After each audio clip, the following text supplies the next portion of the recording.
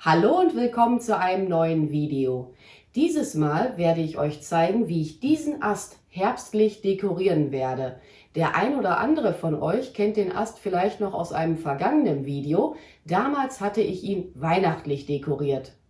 Ich hatte damals mit meiner Bohrmaschine schon 4 Löcher in den Ast hineingebohrt, aber ich will die Löcher jetzt auf jeden Fall etwas größer haben und es werden auch noch 2 Löcher hinzukommen. Ich bohre jetzt hier auch oder ich sag's mal anders, ich bohre jetzt hier auch komplett durch den Ast durch.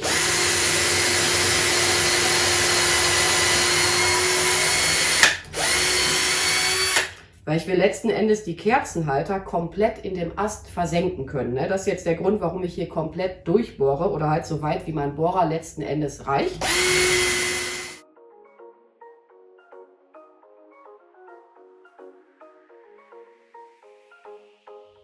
Und jetzt kommen noch 2 zusätzliche Löcher hinzu. Ob ich die nachher gebrauchen werde, weiß ich jetzt noch nicht an dieser Stelle. Aber wenn ich jetzt gerade dabei bin zu bohren, ne, warum nicht?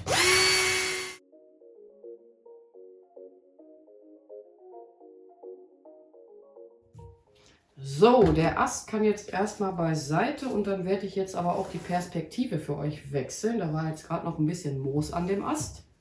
Bevor es jetzt hier weitergeht, stelle ich euch schon mal der Reihe nach die ganzen Materialien vor, die ich jetzt gleich höchstwahrscheinlich einarbeiten werde. Jedenfalls haben wir hier Hagebutten, wilde Möhre, Fetthenne, Besenheide, Mannstreu und Winterheide. Ach ja, und nicht zu vergessen etwas Plattenmoos. Das hatte ich jetzt vorhin noch bei mir im Garten gesammelt. Und ich habe jetzt hier Nasssteckchaummasse am Start. Ich messe nachher mal aus, wie breit und wie dick die letzten Endes ist. Ich will aber jetzt hier gar nicht zu viel davon haben. Das ist jetzt hier einfach so ein altes Brotmesser zum Schneiden. So, das sollte eigentlich nachher schon mal ausreichen. Zollstock, komm mal her. Das sind jetzt auch noch Reste aus irgendeinem vorherigen Projekt. Ja, ich sag mal so in etwa 4 Meter, 4 Meter, genau. 4 Zentimeter breit und 2 Zentimeter dick. Ja, der hier auch so grob. Ja, das kommt wohl hin. Okidoki, das kann schon mal weg. Das hier kann auch schon mal beiseite. Zack. So, jetzt habe ich hier mein Plattenmoos aus dem Garten. Und dieses Plattenmoos, was ist das denn? Keine Ahnung. Und dieses Plattenmoos wird jetzt hier drumherum gelegt werden und befestige ich wiederum mit diesem feinen goldenen Schmuckdraht. Die Farbe des Drahtes ist jetzt wirklich vollkommen egal. Nehmt einfach die Farbe, die euch halt letzten Endes zusagt. Ja, wie gesagt, wird jetzt hier dran befestigt werden. Letzten Endes dient das Moos nachher auch zum Vertuschen. Werdet ihr nachher sehen, warum. Ich habe mir jetzt auch echt eine Weile darüber Gedanken gemacht, über das Projekt, wie ich das Ganze überhaupt angehen möchte. Hier wirklich nur so locker flockig mal eben grob drumherum wickeln. Es muss jetzt auch nicht super stramm sein. Ich schneide das jetzt hier mal ab, den Schmuckdraht. Ich nehme zum Schneiden immer eine ganz alte Drahtschere. Manchmal nehme ich auch eine normale Schere, muss ich zugeben. Anfang und Ende stecken wir jetzt hier mal irgendwo hinein. Und das Ganze mache ich jetzt nochmal ein zweites Mal. Ich glaube, ich habe zu viel Plattenmoos gesammelt. Ich könnte das ja nachher einfach wieder zurücklegen. So viel braucht man jetzt auch gar nicht davon. Von daher hat das jetzt hier wirklich ausgereicht, das einfach im Garten zu sammeln. Die Unterseite, die könnt ihr übrigens in Ruhe lassen. Und wir haben hier eine kleine... jetzt komme ich auf den Namen. Die legen wir mal eben dahin, dann räume ich dich gleich weg. Wo war ich jetzt? Ja, so viel Plattenmoos braucht man jetzt nachher nicht. Und bei der Nasssteckchaummasse wollte ich jetzt auch noch erzählen, das hatte ich jetzt eine gute Stunde im Wasser liegen gelassen, damit sich die Steckschaummasse letzten Endes auch so richtig schön vollsaugen kann, also mit Wasser logischerweise. Man könnte jetzt sowas auch mit trocken Steckchaummasse erstellen, aber ich möchte, dass das Ganze so nach und nach mit der Zeit halt eintrocknet. Deshalb nehme ich jetzt Nasssteckchaummasse. Aber wie gesagt, ihr könnt es auch von vornherein, wenn ich es jetzt überhaupt schon gesagt habe, direkt als Trockengesteck planen. Hier ist noch ein kleiner Stein, stammt auch aus meinem Garten.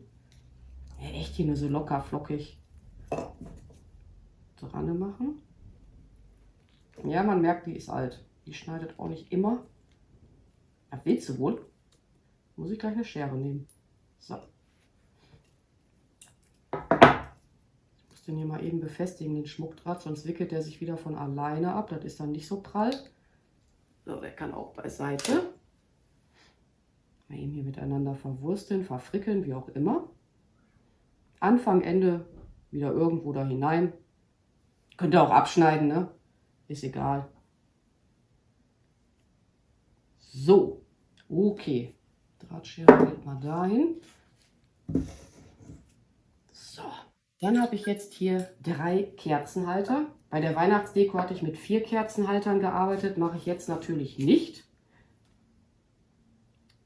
Steck jetzt hier durch. Gucken. Und stecke das hier in meine Bohrungen hinein. So. Ach, da ist er. Ich dachte gerade schon, wo ist denn jetzt der zweite? Dann sieht das Ganze nämlich hübscher aus. Und ich habe jetzt bewusst keinen dritten gemacht, wobei, um ehrlich zu sein, ich bin jetzt gerade noch ein bisschen am Überlegen, weil ich kann diesen Kerzenhalter jetzt nicht komplett versenken. Ich mache jetzt mal eben noch mal einen dritten fertig. Brotmesser. Wo habe ich dich denn? Ah, da.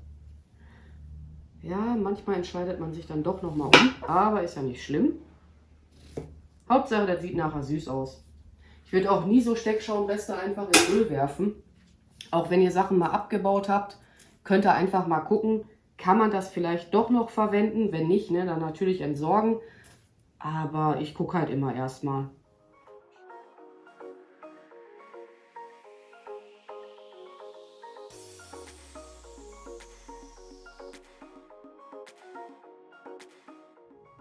Ich glaube, ich überprüfe jetzt auch mal eben die Perspektive, ob ich überhaupt noch gescheit im Bild bin. Das sieht ja jetzt schon cool aus, ne? Bräuchte man gar nichts mehr machen, um ehrlich zu sein. Das wäre jetzt ein bisschen schade, ne? Um die ganzen geschnittenen Sachen. Das sieht echt schon cool aus. Teilweise muss ich mir mein Grün auch noch zurechtschneiden. Bei der Winterheide, da werde ich das jetzt mehr so nach Gefühl schneiden. Wenn jetzt hier unten so ganz dünne Äste dran sein sollten, dann nehme ich die auch mal hier unten weg. Aus dem ganz einfachen Grund, dann kann man das besser in die Steckschaummasse hineinstecken. Und ihr seht es ja jetzt schon, alle Materialien werden jetzt wirklich vorsichtig in diese Steckschaummasse hineingesteckt werden. Bei der Besenheide, ja, leider muss man hier unten auch ein bisschen was wegnehmen, damit man es halt hineinstecken kann. Dann haben wir hier die wilde Möhre. Mal dran halten, einfach gucken, wie kurz wollt ihr das haben. Auch hier beim Mannstreu, da kann man mal darüber nachdenken, ob man hier so 2 einarbeiten möchte oder ob man die hier alle, wie heißt das, einzeln einarbeiten möchte. Fetthenne auch so, ich sag mal, nach Gefühl zurechtschneiden. Aber ich werde das jetzt halt so machen, dass ich hier erstmal die Winterheide verarbeiten werde. Dann kommt die Besenheide hinzu. Dann, ich würde sagen, der Mannstreu, die Hagebutten, wilde Möhre und Fetthenne. Habe ich jetzt Fett? Ja, ich denke, ihr wisst, was ich meine. Wirklich so nach Gefühl einarbeiten, wie ihr das halt letzten Endes leiden mögt. Aber ich denke, das wird nachher wirklich ganz cool aussehen. Ich muss jetzt auch gestehen, ich habe mir hier viel zu viel Winterheide geschnitten. Da hat Pinky jetzt ein bisschen übertrieben. Aber kann man alles beiseite legen. Für andere Projekte dann halt aufheben. Ne, wirklich so frei Schnauze einarbeiten, wie ihr es halt letzten Endes leiden mögt. Ich muss mich aber jetzt auf jeden Fall auch ein bisschen am Riemen reißen, dass ich jetzt hier nicht Gott weiß wie übertreibe. Wer meine Videos schon länger schaut, der weiß ja, ich mag das auch gerne, ich sag mal so ein bisschen üppiger. So nach dem Motto, wenn schon, denn schon. Aber mal gucken, ob ich mich am Riemen reiße. Ihr werdet es ja nachher sehen. Noch ein kleiner Tipp, am besten immer schräg anschneiden, dann kann man das auch wieder etwas besser hineinstecken in die Steckschaummasse. Ja, und ihr habt ja gesehen, ne, so viel an Steckschaummasse braucht man jetzt für das Projekt hier wirklich nicht. Und ich denke, ich werde das aber jetzt hier auch mal ein bisschen für euch beschleunigen. Da kann man jetzt ja eigentlich nicht mehr wirklich was erzählen. Ja, wirklich hineinstecken, fertig, mal gucken, mal ein bisschen überlegen. Und ja, Schakka, es geht jetzt für euch schneller weiter.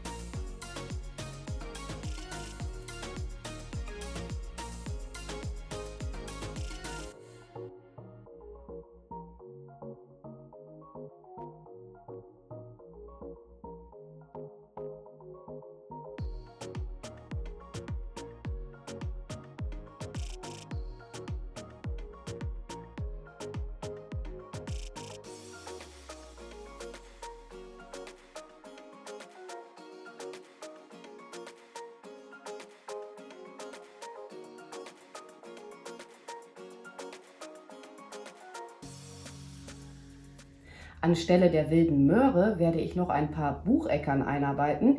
Die werden aber jetzt hier wirklich nur so hineingesteckt werden. Die werden jetzt nicht irgendwie noch mit der Heißklebepistole befestigt werden. Die stammen auch noch aus dem letzten Jahr. Hier stellenweise auch noch Heißkleber dran. Ach, habe ich sogar abbekommen. Sehr gut. Wirklich nur so hineinstecken in die Steckschaummasse oder einfach so dazwischen mal hineinstecken. Das hält dann auch von alleine. Das wäre jetzt völliger Quatsch, da jetzt noch mit Heißkleber zu arbeiten, beziehungsweise mit der Heißklebepistole. Ja, und dann fehlen letzten Endes nur noch meine Kerzen und dann bin ich mit dem Gesteck auch soweit fertig.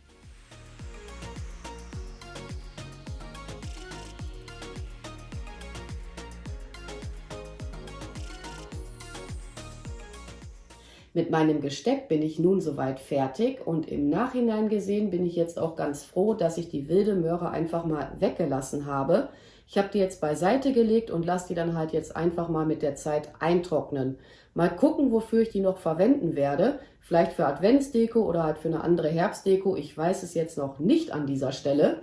Ja, und ursprünglich hatte ich eigentlich vorgehabt, mit gräulichen Kerzen zu arbeiten. Aber ich bin vorhin noch mal schnell losgefahren und habe mir dann halt diese Kerzen geholt. Ich denke, vom Farbton her passen die letzten Endes besser als halt diese gräulichen Kerzen.